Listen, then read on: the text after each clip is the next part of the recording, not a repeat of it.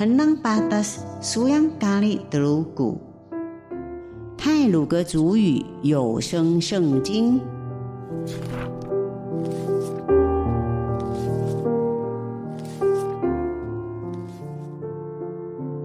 今天要读的经文是马太福音第7章。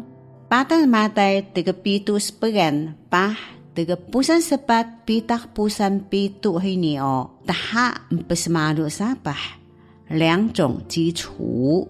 pusan masepat pitak pusan mengalir hini seng o pusu biak Yesu 耶稣的权威。taha empesmaru sapah Manu sakiani, kembahan kana kali muni, muda kamapahi ka sajak o, medeka saw sajak ni kantunuh, semadu sapah na babaw tasir.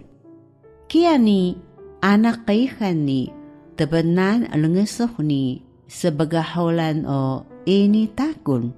Yasa wada semedlun babaw tasir haki. Duli o, kembahan kana kali munini ini udah kemapahi ka sajak o medeka sa ungat tunuh sajak semadu sapah na babaw benakir. Kiani kaihan ni tebenan lengesuh ni sebagaholan dom takul.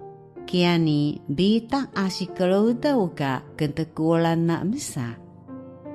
Puso biyak Yesu menahadu lemengaw kana kali ni ka Yesu do mesekelui balay tenegasana ka habalaw bi sajak da. Yasa gat ni kan puso biyak temegasat hayani ini pendeka saw dan petapatas.